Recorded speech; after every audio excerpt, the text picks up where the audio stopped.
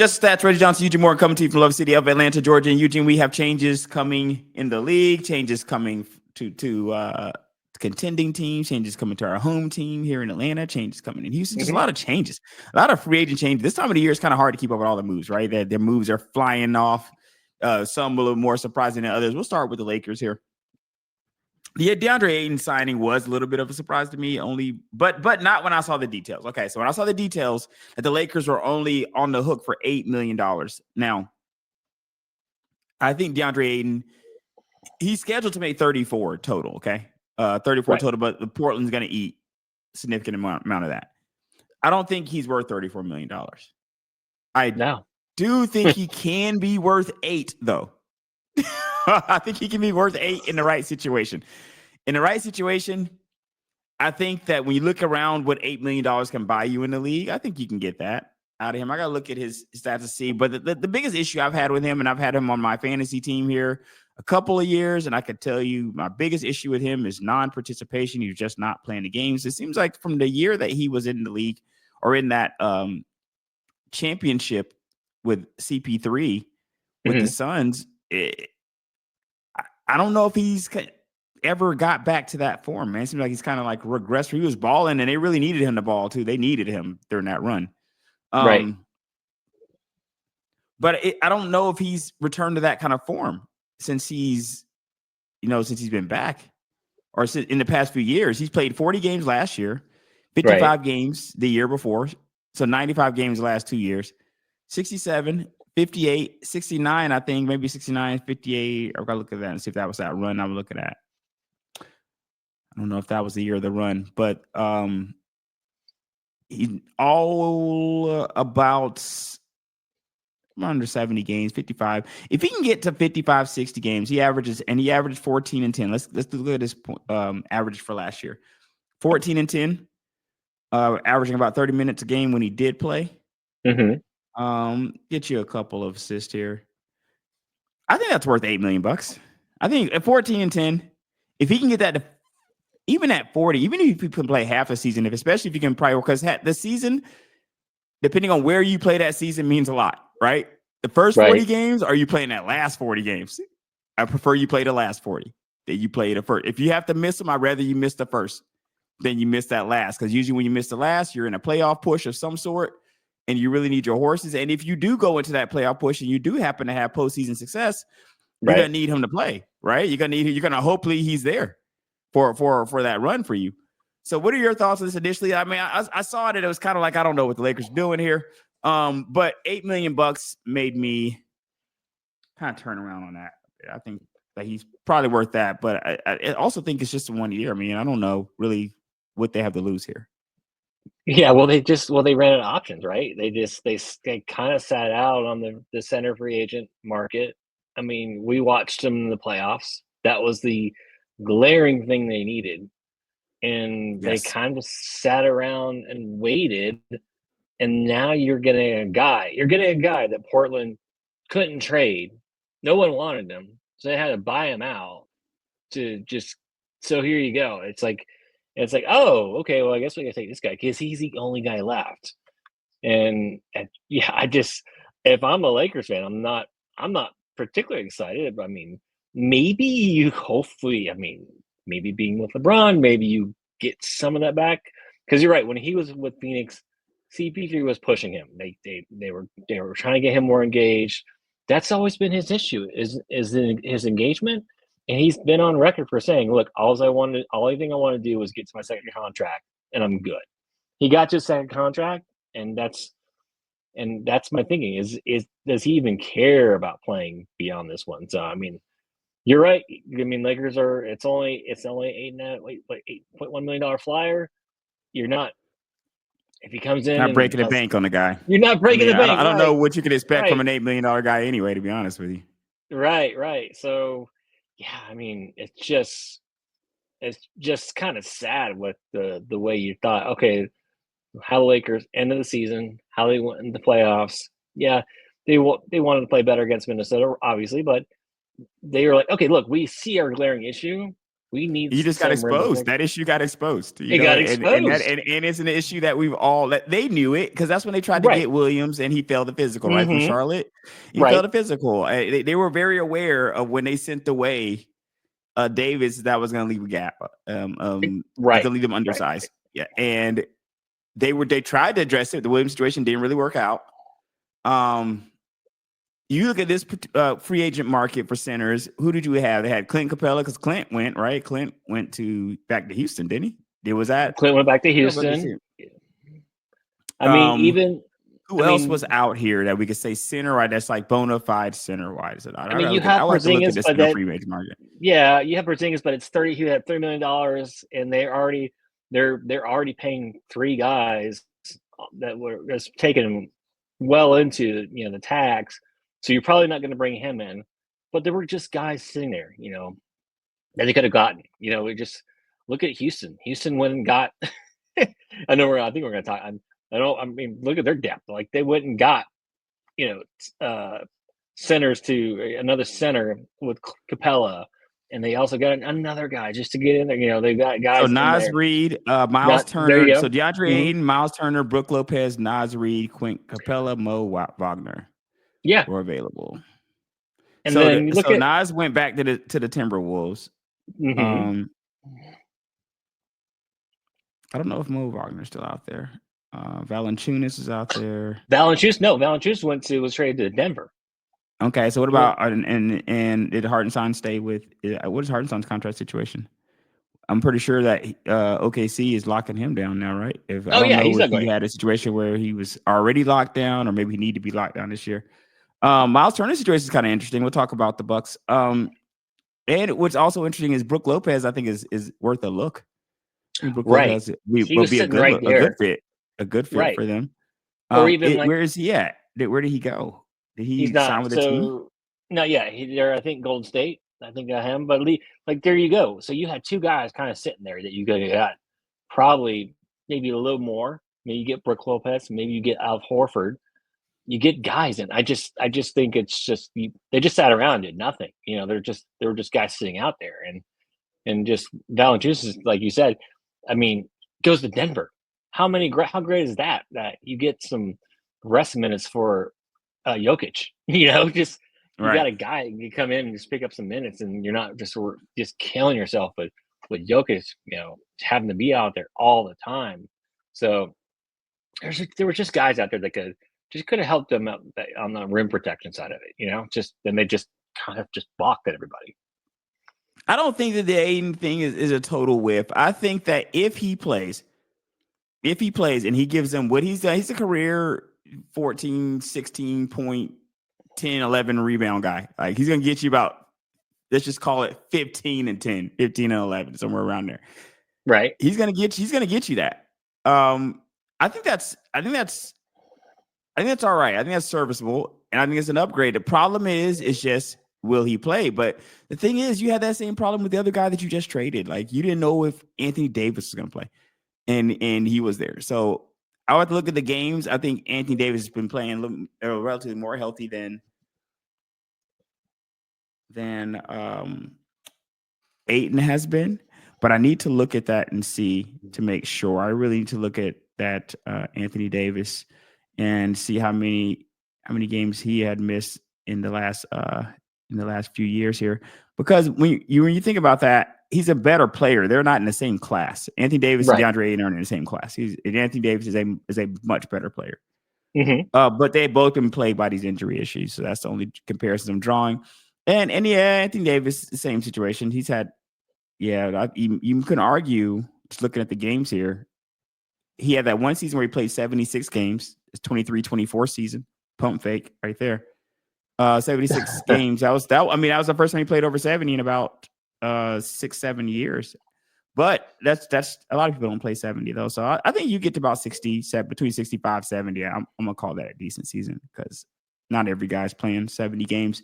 But when you look at Davis, it looks like the Lakers are already used to this. Like when you look at Davis, and if I could put up what the games played by Davis next to what the games played by DeAndre Ayton have been, they're pretty similar.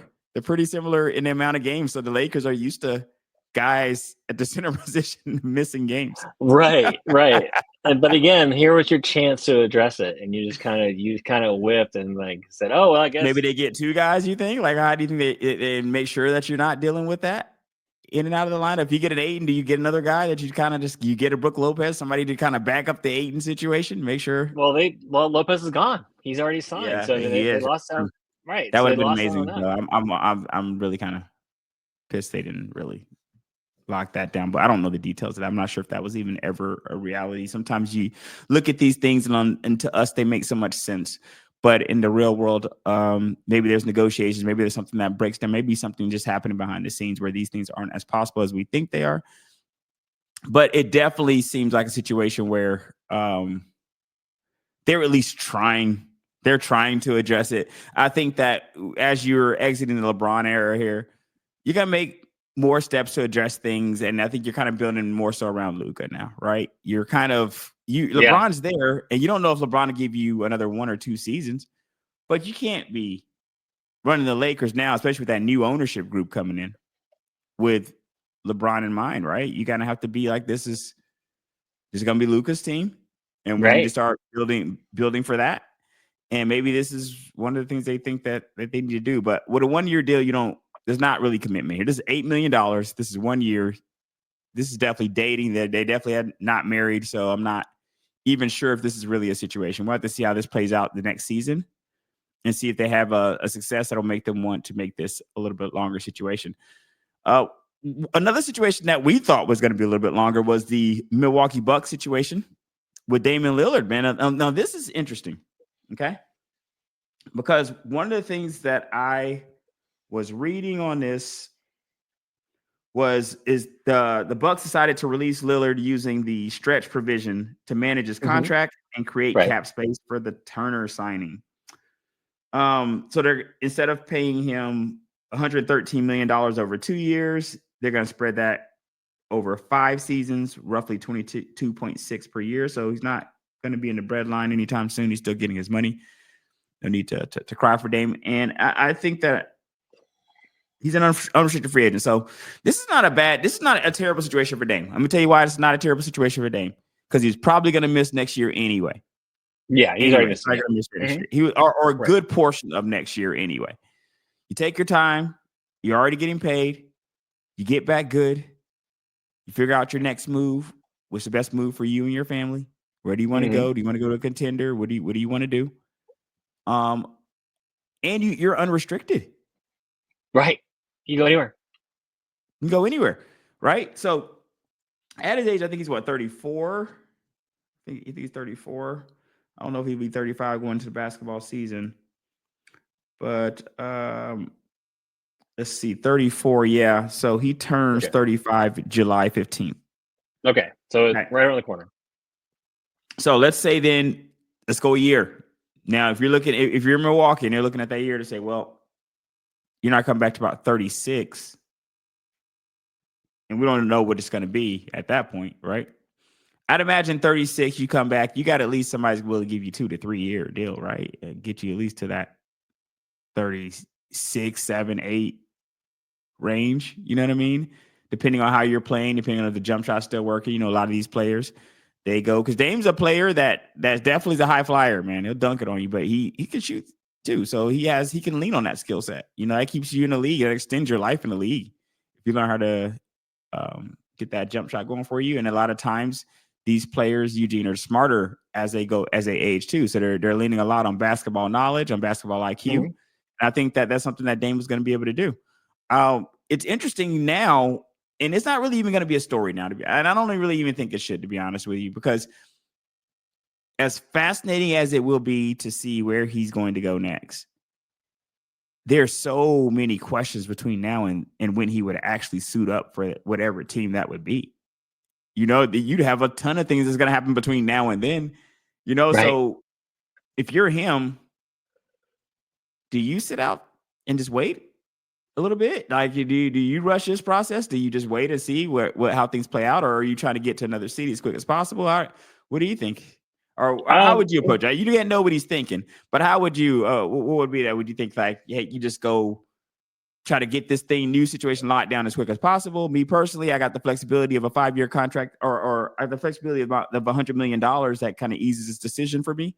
And the time to know that I got to be in rehab anyway. So I can't, not like I can go play for any team, no matter what choice I made. So I would probably want to take my time with it. But maybe he doesn't, man. Maybe teams are like, hey, we want to get this locked down before it gets crazy.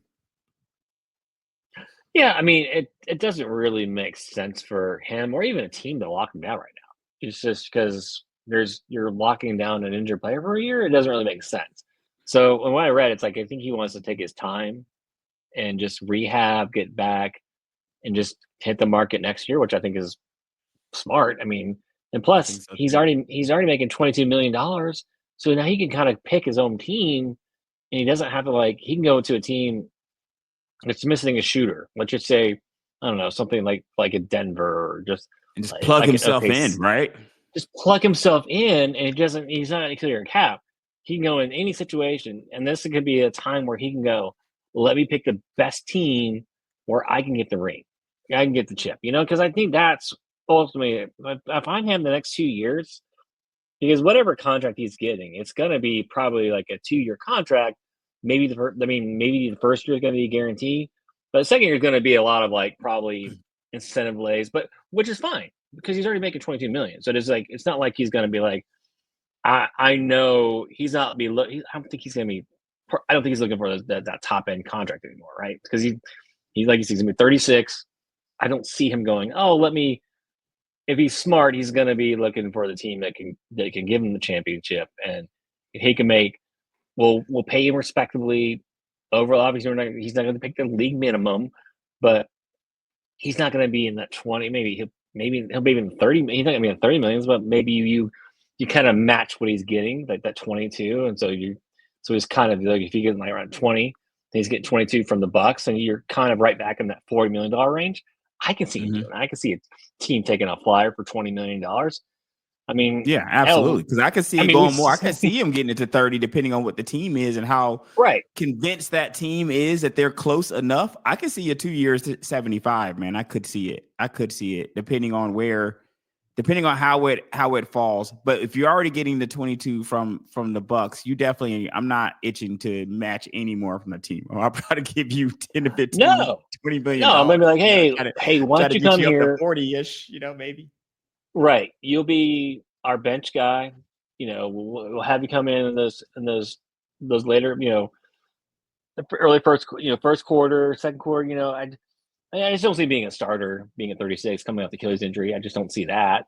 Really, man? I think he will be, man. You think he will be? I look at him more being like I think Dame will go back to being a starter. I do think though that you never know with these injuries how it's rough looking at what past players have recovered from it because every person's different. You know what I mean? Right. You look at some players you can recover from pretty serious injuries. Like I forgot how many injuries Kevin Durant had, but he just comes back and just comes back to being Kevin Durant. So it's hard to look at these comparisons. But sports medicine seems like it's gotten better and better. You see more and more. It used to be the death. Some of these used to be death sentences back in the day for your career, and that just hasn't been 100%. You see some wear off, but not 100% to the point where they're just like trash or something. So I think if Dame even gets back to 75, 80%, I think he's still starting somewhere. It's hard for me to say that an 80% Dame Lillard, like that everybody on your roster is better than an 80% Dame Lillard. You know what I mean? Right. Like I feel like even if he's that fifth guy, even if maybe he's a sixth guy, but I think that there's a chance that he could still start. But a lot of it will depend on kind of how he does come off that injury in the sense of how he plays. He's an explosive player. Right. So that kind of remains to be seen, right? You don't really know for sure there without actually seeing the recovery. But I'm hoping that he does. And I'm thinking that a team can use his expertise, man. A team can use his expertise. A team that can use a guy who's played in high pressure games, may not have had that postseason success that we would hope for in a career that he's had. But I do think he can get you some buckets when you need them. Clutch situations, Eugene, right? You put him in the playoffs.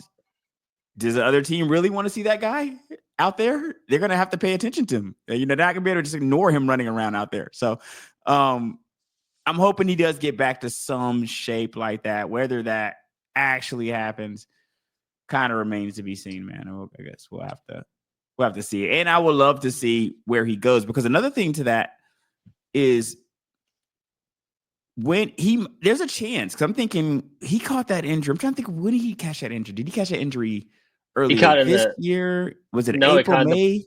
No, it was the playoffs. He caught it in the Indiana series. Yeah. Because if that's year to year, he's done. Right. That's what everyone's done, right? saying. Because I was thinking best case scenario, if he can get back around the All-Star break for a team, that would be crazy, because teams would be going crazy around the trade deadline, around that area. I think teams would be going crazy to try to nail him. And teams still might, because he'll still be he'll be a lot closer than he is now. So teams still might. I could see that definitely being a headline around the time if he's just lurking out there. But that doesn't mean he's any closer to actually playing. So, we're still in the very early days. Right, exactly. Of the recovery here. Yeah, he's already had surgery, rehabbing. Let's get to that point with shooting. But yeah, I mean, I see more of the Ray Allen going that route coming up, but we'll see. I mean, we just don't see guards age that well. That's the thing. So that's like point guards. That's the issue. So, but we'll see. Maybe he'll prove us wrong. But again, no matter what, he's gonna be a valuable asset no matter where he goes. He's gonna be, because the shot's not gonna get lost. That's always gonna be there for him. So yeah, I think though, and that's what you need, right? You might not be able to get it yourself the way that you used to. But if you're a reliable shot bucket getter for somebody else who can get you the shot, then that helps. That's an asset to teams. Exactly. Now this New York situation, it really fascinates me here, man, because when they fired Tom, we had a conversation about this. We had a conversation about how crazy it was when they fired the guy, because you know how I feel about this. And the guy gets you to the he leads the Knicks to the Eastern Conference Finals for the first time in 25 years. Quarter century, right? Quarter century. So now his replacement, in order to do better than him, has to go to the finals. It has to go to finals. If you don't go to the finals, you just did exactly the same thing he did, and he did it. And if you do it now, you kind of did it with his team a little bit here, right? You did it kind of with the kind of things that he's kind of put in place here. If you were to come in and have some immediate success with that, we all know it takes usually a little bit of time for coaches to come in and kind of get their system in, get things done the way they want to do, get their assistant coaches in, get their guys in that they might want from a player perspective. But this was interesting to me, and I don't know if this is maybe a Thibodeau personal situation, because he was on a 5-year, $40 million deal, man. He just signed it, I don't know when he signed a 3-year extension, right? Just signed the extension. It's interesting. It's very interesting, man, because I don't know if this is actually an upgrade here. We look at some of the statistics here on the screen as far as a 578 and 420 regular season record for Thibodeau, 454 and 304 regular season record. Mike Brown, from a percentage standpoint, was slightly higher percentage winning record. He has a slightly higher he has a better playoff record, finals appearance, and 2 Coach of the Year awards. Fired twice. Tibbs fired 3 times. 2 Coach of the Year awards for Tibbs as well. No finals appearances. 48 and 55 on a playoff record for Tibbs. But I think that I've gotten you to the place that you haven't been in a quarter century. Should have warranted at least another season. But maybe there's something personal going on. Usually stuff like this reeks of something going on behind the scenes, right? Like, what do you think this is about? Especially being with who they got replaced with. Now you go out and get a Marky Guy, and there's no knock on Mike Brown.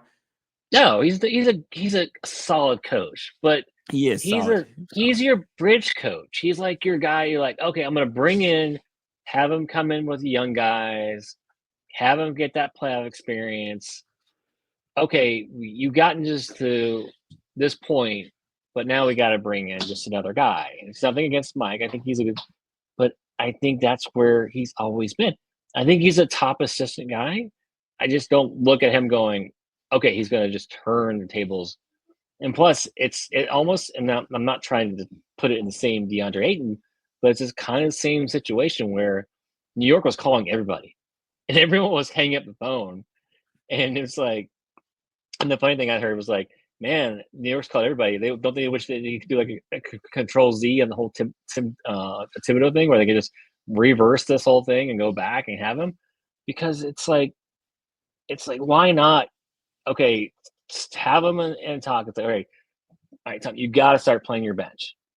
You got to do this. You cannot wear out your starters the whole year, and then go from there. And if he does it again in the next year, then yes, get rid of him. I understand. If you go to him, go, you got to play your bench. We're going to give you a better bench this year. You got to get those guys in. You can't keep relying on all these guys. And obviously the hit piece came out right after they were out of playoffs. Like there was a whole thing with him and Cat and him didn't get along. So you had that piece of it, but I don't know. It just, They were talking about getting Cat out of there, man.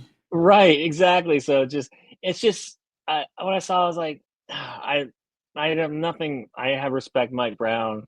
I think he's a solid coach. I just don't think, like you said, if you don't take him to, I'm sorry, you don't take him to the finals, and especially now in the offseason, they've bolstered their bench. Now there's no excuses. Now you've got your 5 starters coming back. You already have them under contract. Now you improved the bench now a little bit, so there should be no excuses. But now you're like, oh, but I didn't like it. It's a reach, and it was like, it's a reach because he was the last one left. Because you saw right when right when he was let go, what was it? I think the Cleveland's assistant got picked up right away from Phoenix. Like Phoenix took him right. It's like as soon as Tom got fired, it's like the next. I feel like within an hour or the next day, the Cleveland assistant got picked up right away by Phoenix. So you already had one of the top assistants already gone, and now all the coaches, like all the teams, like, no, sorry, you can't talk to our coach. We're happy with our guys. No, you messed up. Sorry, you got to deal with it. So I don't know. Well, I think Mike could end up being a decent situation for them. Mike was unceremoniously fired from the Kings in a similar situation where he had led them to the promised land. They were sucked. They haven't been as good since he left there, I don't think. No, when I look at what Mike Brown, I think that was, what was that, 23? What season was that? I think what season that was, but he led them to a couple of winning seasons, despite the fact that they weren't a winning franchise. So I think that, he has his ups and downs. I'll say that. Yes, he has ups and downs, because the thing is, that year, they missed the playoffs, but they were winning more games than they were typically are. The Kings typically a Western Conference laughing stock, so to speak. But he made a respectable team there, and now maybe he gets the chance to do the same thing. But the problem is it was already done this year. It was already done by Tibbs this year. That would have been a great story if Mike Brown had came here a couple of years ago, right? But now that Mike Brown story has already played out this year, and it was the Tom Thibodeau story in New York, taking these guys to the promised land after a quarter century.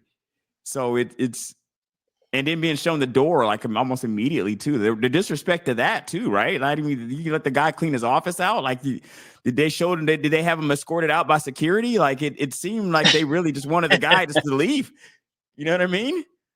So it's interesting. It's interesting to see what they got going on here in New York, because it's exciting when the Knicks are a good team. The fan base in New York's always excited for that. And you got to give it to New York. They've shown up for a lot of bum teams over the past few years, and they show up for a good team now, and the coach gets fired. Right.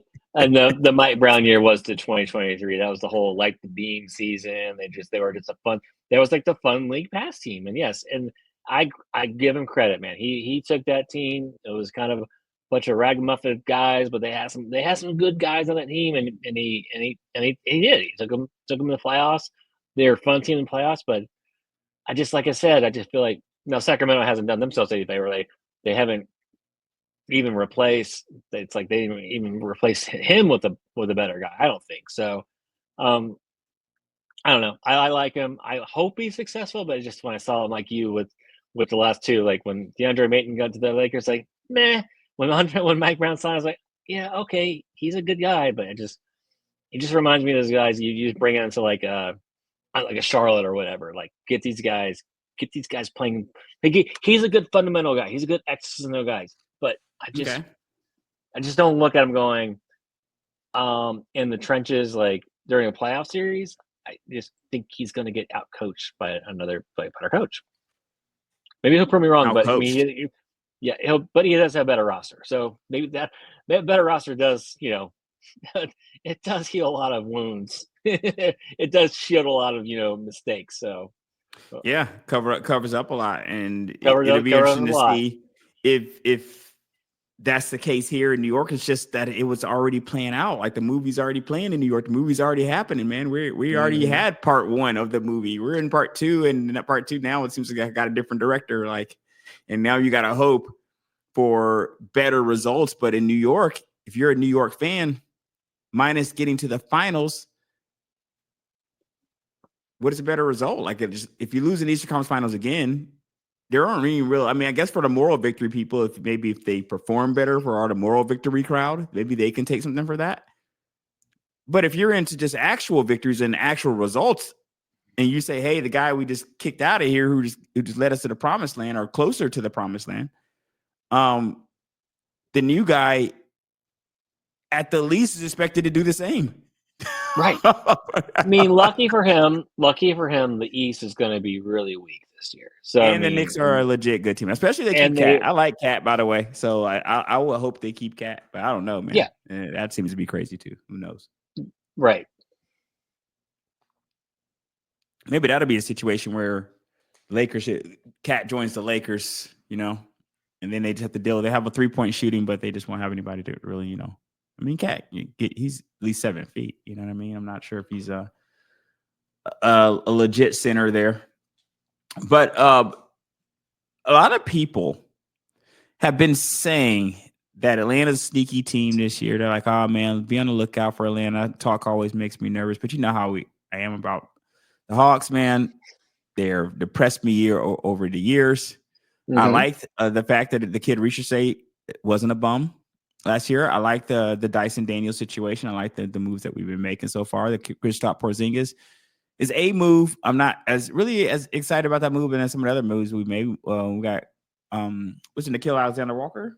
Is Nickeil, oh my God, when they got that one, I was like Nickeil Alexander-Walker, and we got Luke Kennard and Luke Kennard perimeter shooting with Kennard in the A. Somebody could probably get a bucket there from that 3-point line that's not named Trey. But I like where things are headed here. What do you look at you more? You're definitely more excited about this than I am. Because I'm so much of a wait and see guy. Like I have to see it on. I have to see the games. I got to see them be played. You know what I mean? Right. I have to see what these guys look like. And but trajectory wise, it's hard to be mad at what's going on here, right? No, you can't be mad. It's like they addressed everything we were just complaining about last year, right? We needed rim protection. We got it with Kristaps, right? So we got that, right? That's covered. We needed bench depth, covered. Well, we needed defensive help when Trey's out, covered. I mean, they covered everything, and it's not like they got guys. Well, I'm not sure if these guys can play. They got guys that can play. That's the thing. Now, Porzingis, yes, that's your biggest question mark, and I will not. Correct. It's like if he will play. If he will play, but he's expiring contract, right? For him, he's expiring. Is he expiring contract for him? Mm-hmm. You think we're trying to re-up him? What do you think the deal's on that? I don't want to fall into the trap, man. I don't want to fall into the trap. You know the trap I'm talking about, where he gives us 70 games this year, and then we sign him to like a 4-year contract. Exactly. No. You know the trap I'm talking about, brother. The contract year 70, where the guy plays 65, 70 games, first time in a long time. Looks great, fabulous, giving you everything he needs. Signs a contract, is out next year. Yeah, plays about 30, 40 games. Yeah, right. So I mean, that was my only, but that was the cool thing was like, yes, that was a questionable. But it's okay. We only give up the 22 pick for him, and then we got him for just a season, right? And you're right. Do we fall? Does he trick us? Maybe he does, but at least we're not dependent on him. You know, it's like if yeah, yes, he's a nice piece, but we added so many other we added depth. We've got the big thing we were missing last year was 3-point shooting. We got better 3-point shooting. We got better defense. I mean, could you imagine what Daniels and Alexander both in there in a game, and you got um, Jalen Johnson back there and Riche. You got that's the one thing about Riche. I'm probably He more may excited not. about getting JJ back, man, to be honest with you. I am very so no. That is very excited about getting JJ back. But just with Riche's defense, I mean that kid. That was the one thing I did. I mean, love about him in the beginning of the year because the shot wasn't there, right? It wasn't there, but he never. That kid never gave up on defense, and that's the thing, man. It's just there's just depth. It's just and Played we've gone 75 from games. what's that? The kid played Oh, 75 games, yeah, Ricochet. right, exactly. So I mean, it's just and then it's great because you're not looking at the five going, okay, we've got to ride these starting five out all every night. I mean, if you can just do so many different lineups, which just makes you more competitive. You're not stuck waiting on Trey to do everything every night. I mean, you could rest Trey and not worry about the team letting you down because you got just defensive ball stoppers all in that lineup from your front to back court. So then that's where I'm excited about because we know the guys they got guys that can play. They got, I mean, Porzingis is your only question mark, but I mean, but everyone else is it's solid and heck, we've already we're predicted to be fourth in the to be the fourth seed this year. So I love it. Really? Let's go. Yep. The odds That's after nice. the draft after free agency, we went from I think what like bottom not playing, but like that more like that 7-6 range. Now we're into that top 4, top 5 seed now. So where I see the Hawks predicted. Well, I think we're going to leave it right there. This is Just the Stats. Eugene Morton, Reggie Johnson. Check us out. Search iHeartRadio, Google Podcasts, Apple Podcasts, Spotify, wherever you find your podcast. See you next time.